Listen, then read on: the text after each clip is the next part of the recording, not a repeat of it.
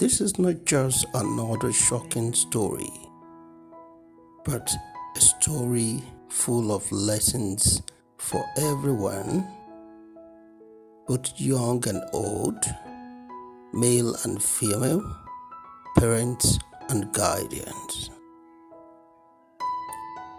Mr. Vincent Ogiagbe, an Edo State civil servant, cries out as his 13-year-old son goes to the house of a 48-year-old man in their neighborhood, and something happened to this little boy. He says that a son used to go to this particular man's house, and some of his other friends and other kids too goes there, and all of them are mainly males. He began to raise suspicion when he discovered that whenever the son goes there, he comes back home with a lot of money. And so also with the other kids, that they begin to wonder, how come? Why is he spending money so lavishly on these kids? What have they done for him? He began to wonder. Him and his wife had to warn his son not to go near the man's house anymore. They were thinking that where could be the source, or what could be the source of money that this man is spending so lavishly on these little boys. That is their major worry, and they want it stopped. The question that a lot of people ask is, what is in that man's house that is not in your own house? What do you have, or what does he have that you don't have? And to get a little background of this man, this 48-year-old man stays alone. There is no wife, there is no children. But later on, they get to understand from the report he gave after he was arrested for a crime he committed against Mr. Vincent Ogiagbe's son. They get to find out that he wrote down in the statement that he had 3 male children, and they are all living in Delta State, perhaps with their mother. Nobody knows in the neighborhood what is happening. All they could see is that this man, the 48-year-old man, plays with a lot of children, and they are very fond of him. So one day, the son got healed. He was having serious fever. They tried to do medication at home, buying drugs, trying to bring down his temperature, but to no avail. His temperature keep on rising, so he was taken to the hospital. On getting to the hospital, the doctor ran some tests, confirming that yes, the son needs to be treated for the fever. He was given medication, and after some time,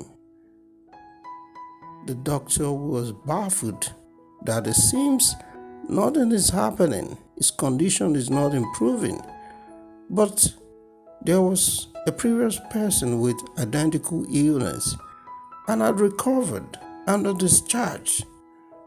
Then I began to ask, identical illness? Could it be one of these 48-year-old victims? That was not answered. Okay, because of the bills and all the expenses, the drugs, and the hospital bills that is acquiring, Mr. Vincent went on loan. He got loan from the bank. Friends gave him money, and the ones that also gave him as a loan, he kept on pouring it on the bills. So his condition was not improving, and he had to leave the hospital. He left the hospital to home. So the doctor gave them an appointment to come back to the hospital after some days. On the second visit to the hospital, that was when the 13-year-old boy spoke out to let them know what is the cause of his illness.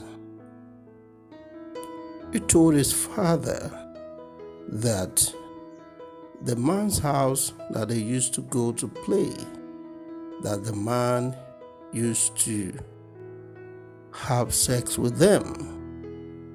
The father said he couldn't believe what his ears was hearing.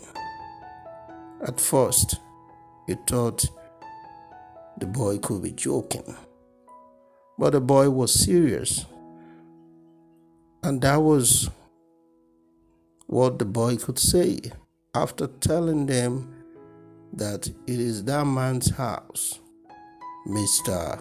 Ovie, the 48-year-old man, that was sleeping with all of them and giving them so much money. By that time, it's already late. He couldn't survive the illness. He died. Mr. Vincent has gone to the report at the police station, and the man has been arrested. He wants justice beyond the arrest. He wants the man to be sentenced to the same fate that his son has suffered. There are lessons to learn from this. Red flags. There are red flags. You saw little kids, particularly of the same sex, going to a particular house. It's quite easy for the man to deceive the people because boys going to men's house, so this is like just the ordinary.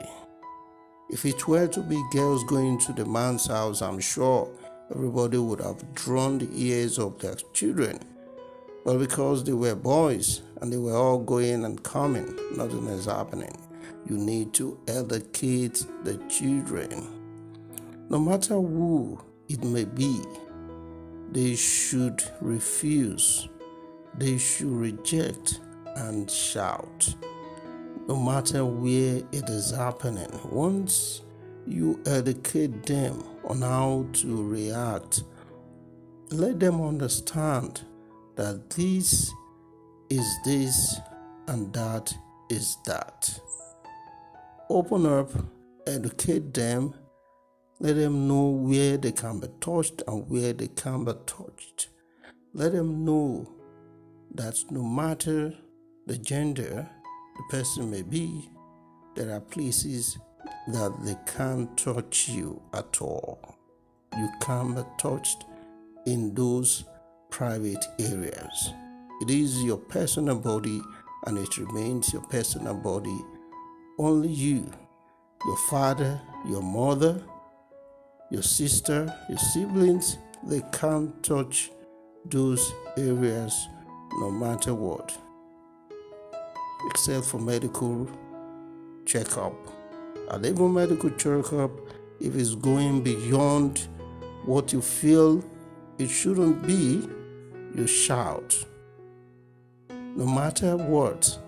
Some will say there is a threat.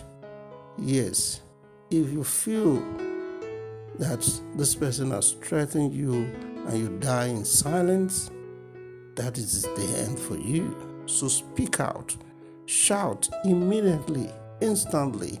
If nobody is there and you happen to be out of that place, make sure you report to your parents, whether they believe you or not. Report, find people that you report to within 24 hours. If there are no people, there are organizations that you can find that will trust your story and protect you. Thank you for watching, and please keep educating the young ones. Keep them safe from every vices. And you too, keep safe. Bye for now.